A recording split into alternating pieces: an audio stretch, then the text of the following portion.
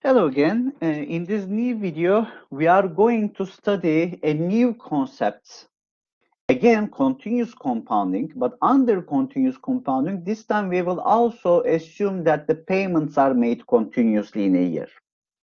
Remember, in the previous topic, in the previous video, we have learned that if the payments are made p times a year under continuous compounding, then in each continuous compounding formula, we replace the nominal interest rate with the interest rate that corresponds to the payment period, which is R over P, and the number of payments in the investment horizon is going to be calculated as N times P. So all continuous compounding formulations can be designed as such, so we can solve the questions where we have P equidistant payments in a year. So the previous question, question number 4, was an example to that. Now, imagine we would like to calculate the total future value in a series of payments where we pay $8 in the end of each payment period in a year, and there are P payments in a year. Okay, so let's just say at every month, we are paying $8 in a savings account, and how much money would accumulate under continuous compounding in that savings account in the end of n years. So we are replacing our classical compound amount factor, uniform series compound amount factor. So let me show that to you.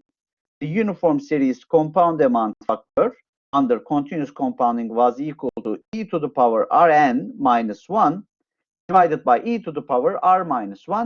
Now, of course, if the payments are made P times a year, all nominal interest rates here, R values, will be replaced with R over P, and the N value will be replaced with N times P.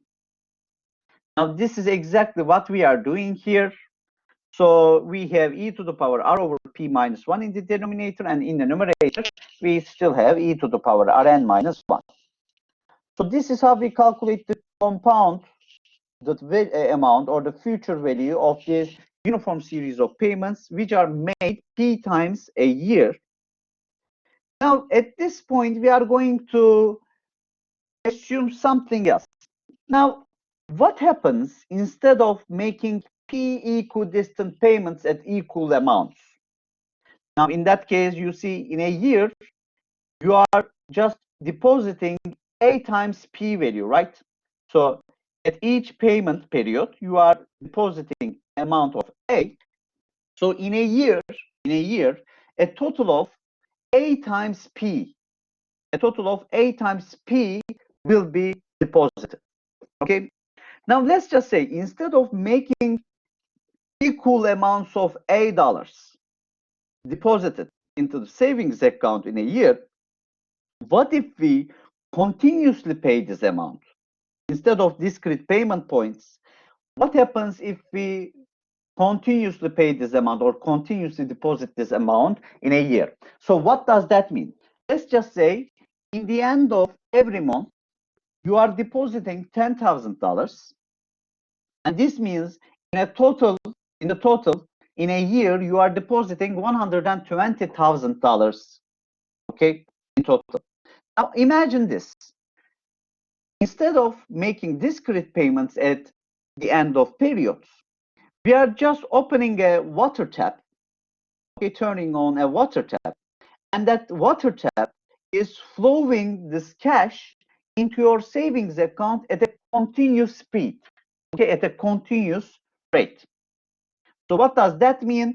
I am opening the water tap, and the water tap fills $120,000 in a year at a continuous speed. But just like the water fills the pool, the cash is going to fill the savings account in a similar fashion. In that case, at a constant speed, this A bar amount of money, which is A times P, $120,000, this A bar amount of money will continuously fill our savings account in a year. Okay. So instead of writing A here, we can simply write in the above formulation, A bar over P. A bar is the total amount that is paid in a year, and P is the number of payment periods. So this A value in the above formula can be replaced by A bar over P. And in that case, if you take the A bar in the denominator on the left-hand side, you would get such a formula which explains the relationship between the future value and the speed of flow into our savings account per year. So remember, A bar is the total amount that is filled in our account throughout a year at P payment periods. Now, if we are just going to assume a continuous payment in this formulation, then the P value here must go to infinity. So we need to take the limit of the below function as P goes to infinity, so the payments are going to be assumed to be made continuously. Now, this is exactly what we are going to do.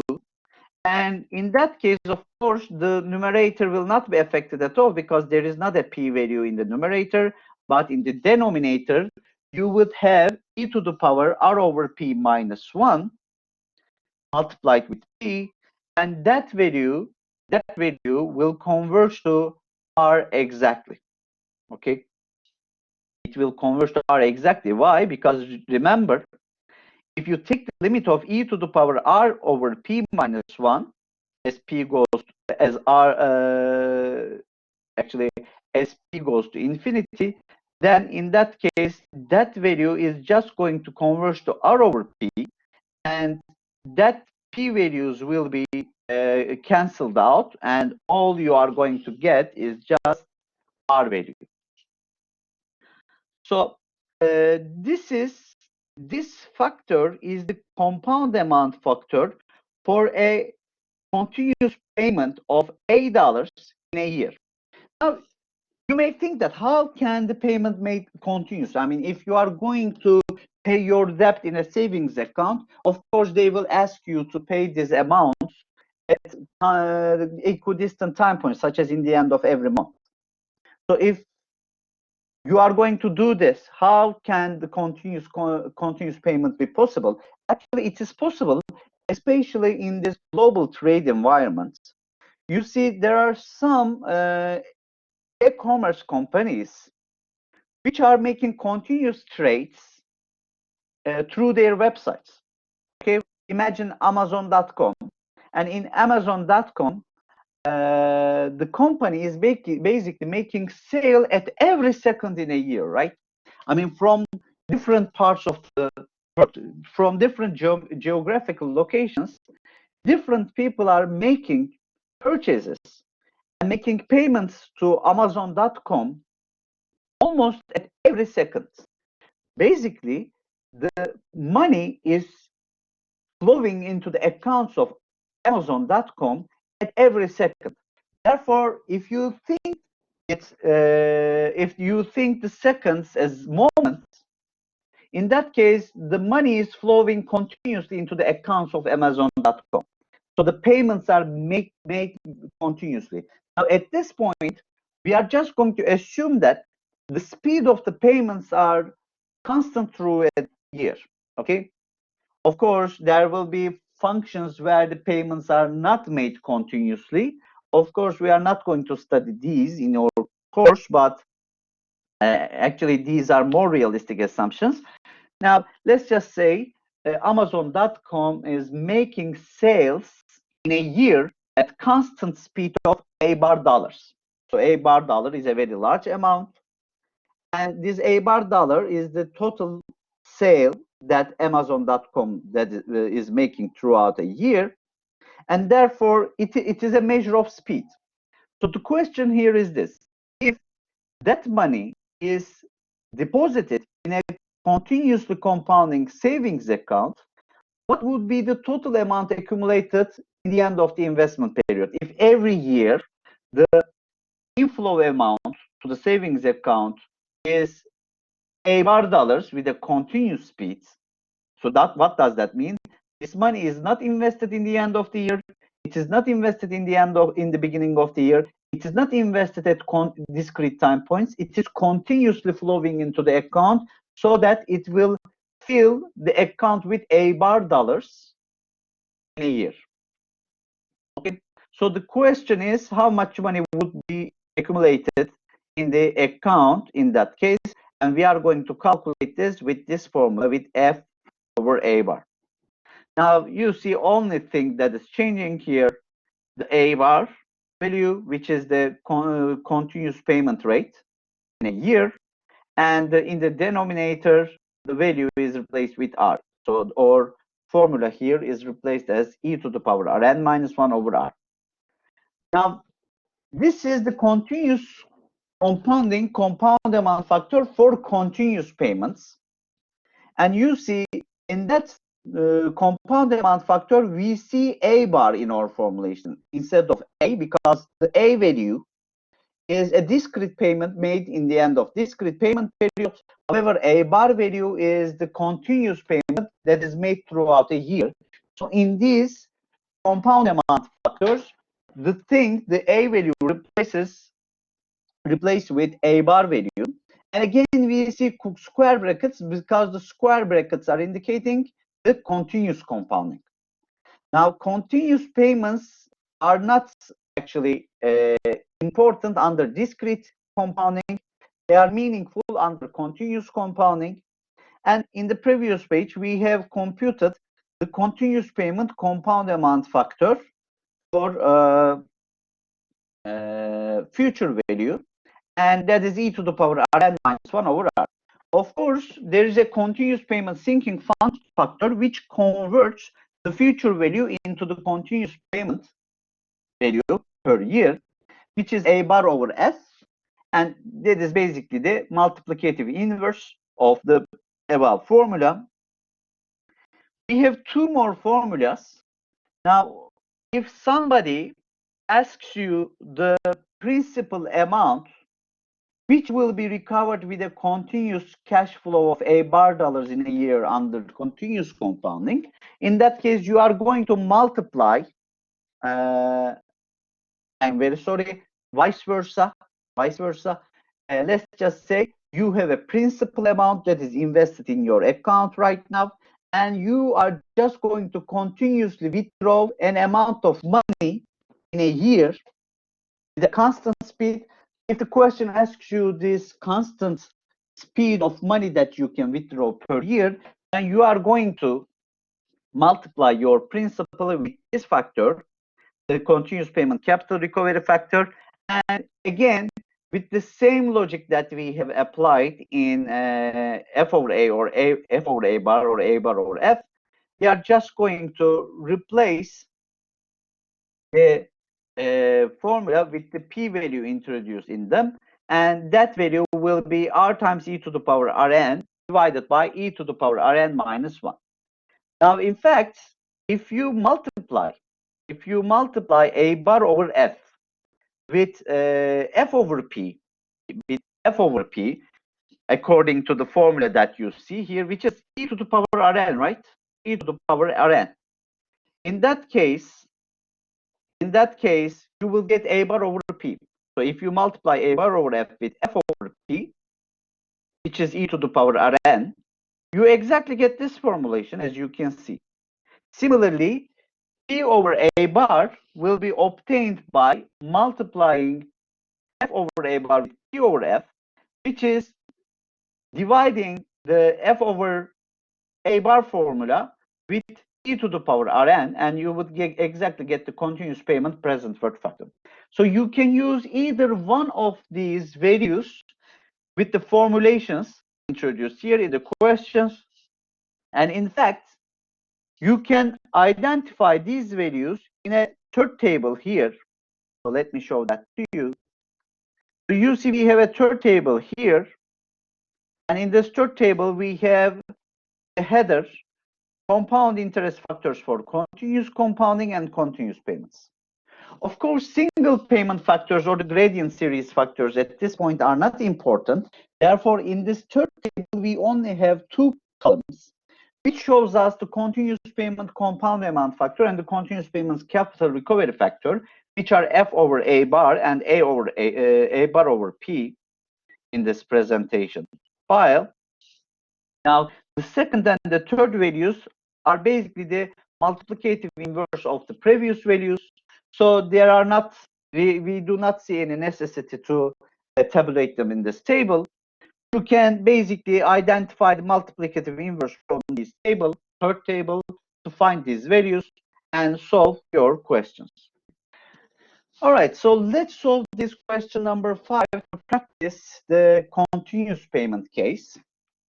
It says, at what rate must funds be continuously added to a savings account in order to accumulate $10,000 in 15 years if interest rate is paid at 5% per year compounded continuously? Now, in this question, first of all, in the savings account, the nominal interest rate is 5%.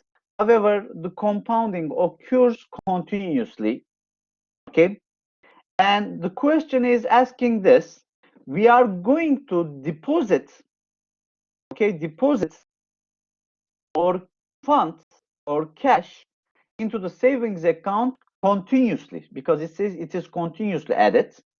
And in the end of the 15 years, at this continuous depositing speed or continuous cash flow speed, in the end of 50 years, we are going to obtain a total of $10,000. Okay, so the question is asking us the yearly speed of payment, yearly rate of payment. And we are going to solve this question with the continuous payments assumption. Now, the total future value that should be accumulated is $10,000 in the end of 15 years, and the nominal interest rate is 0.05 as decimal. The question is, what is the annual speed of, constant speed of payment, continuous payment? And that is obtained by multiplying the future value with the sinking fund factor, which is A bar over F. Now, you either multiply the future value of $10,000 with the sinking fund factor under continuous payment, which is R over e to the power Rn minus 1, as you can see it here, R over e to the power Rn minus 1. And that will make the constant payment rate through a year as $447.63, which means this money should not be deposited in the end of the year or should not be deposited in the beginning of the year. This money should be filling the account with a constant speed through a year. So on every day, in fact, on every day, you are going to deposit 447.63 divided by 365 days. So you are just approximately going to deposit $1.3 or something in a day. And in fact, that $1.3 in a day will be deposited again at a constant rate at every hour. Okay, you are dividing $1.3 to 24, and at every hour you are going to deposit that money. And you are going to, in fact, divide that amount to 60. You are going to deposit that amount at every minute, so on and so forth. So this money is continuously flowing into account. Okay. Now, instead of using the compound amount factor here, you can use the values that you obtain from the compound interest table, which is the third table. Remember now, we are interested in the continuous payment rate, A bar. So you need to multiply your future value with A bar over F. So you get A bar, not A over F. And because the question says continuous compounding, we use square brackets. So we are interested in the sinking fund factor A bar over F under continuous payment and continuous compounding for 5% nominal interest rate for 15 years. Remember again, square brackets here are indicating that the compounding occurs continuously, and A bar indicates that the payment is made continuously with a constant speed per year. Now, of course, A bar over F is not available in our table. what we are going to look for is the F over A bar value, the continuous payment compound amount factor, and then we are going to take its multiplicative inverse. So let's identify this F over A bar from our table under 5% interest rate for 15 years. So we are just going to look at our third table, continuous compounding, continuous payments table. And for 5%, for 15 years, F over A is 22.34. And the multiplicative inverse of it will be multiplied with 10,000, and you will get 447.63 again. So this is the amount that should be deposited continuously at a constant rate throughout a year in that savings account, so that in the end of 15 years, you would get $10,000 in that account. Now let's just say, again under continuous compounding, so this is not a part of the question, but again under continuous compounding, if the payments were to made discretely and annually, so instead of creating a constant speed of inflow into the savings account of $447.63, let's just say I'm just going to deposit an amount in the end of every year at discrete points. In that case, this question forms a continuous compounding but discrete payment example. Okay, discrete payment example. And in that case, we need to identify the annual payment amount A by multiplying our future value with A over F value instead of A bar value. Okay. However, because the compounding still occurs continuously, we are still using square brackets here. So we are going to identify A over F value for 5% under 15 years under continuous compounding. And that value is the multiplicative inverse of the uniform series compound amount factor under continuous compounding. And that value will be checked from where? From the second table, if you can see the second table, the continuous compounding at discrete payments table. And in that case, again, we are going to check 5%. Under 5% for 15 years, the F over A value will be 21.7862, and we are going to use its reciprocal and multiply it with 10,000. This means $459.01 must be deposited in the end of the year if you want to collect the same amount in the end of 15 years.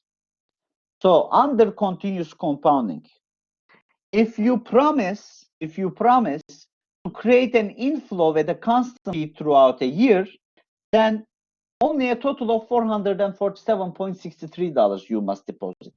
However, if you tell that you are going to pay in the end of the year, then you need to pay $11.36 more, which is $459.01. So in the end of each year, this is the amount that you need to deposit. Again, the total amount that is accumulated will be $10,000. So an additional $11.36 would be required each year if the payments were made annually rather than continuously. Why? Because if you make the payment continuously, the values that you deposit from the beginning until the end of the year will also accumulate an interest under continuous compounding, which is equal to $11.36.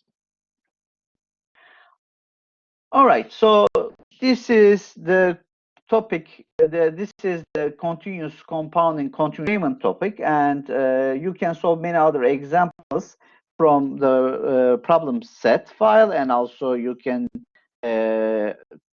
check the continuous compounding, continuous payment case in your textbooks. We are going to study the next topic in our next video.